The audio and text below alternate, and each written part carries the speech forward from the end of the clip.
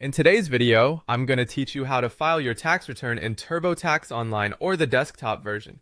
To get started, sign in to your TurboTax Online account, or if you use the desktop version, go ahead and open the software on your computer.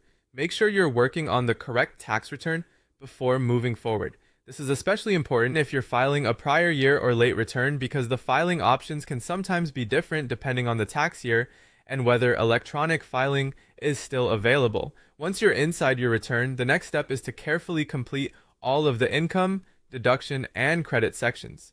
Take your time here because this is the part that determines whether your return is complete and accurate. In the income section, make sure all earnings are entered correctly, including any tax forms you received.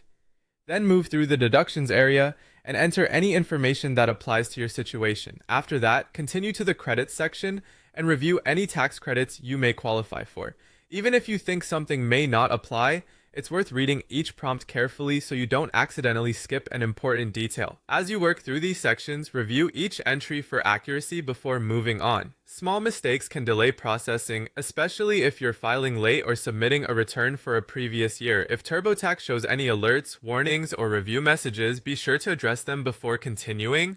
The goal is to make sure your return is fully completed and ready to submit in the correct format. After everything is finished, go to the File section. This is where you'll choose how to submit your return.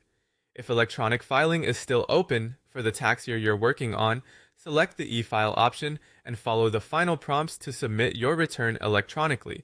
This is usually the fastest and most convenient method when it's available.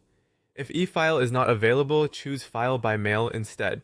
TurboTax will guide you through printing your return. Once it's printed, carefully review the final copy, sign it where required, and prepare it for mailing. Make sure the return is mailed to the correct tax filing address for that tax year and your location, since mailing instructions can vary. And that's it.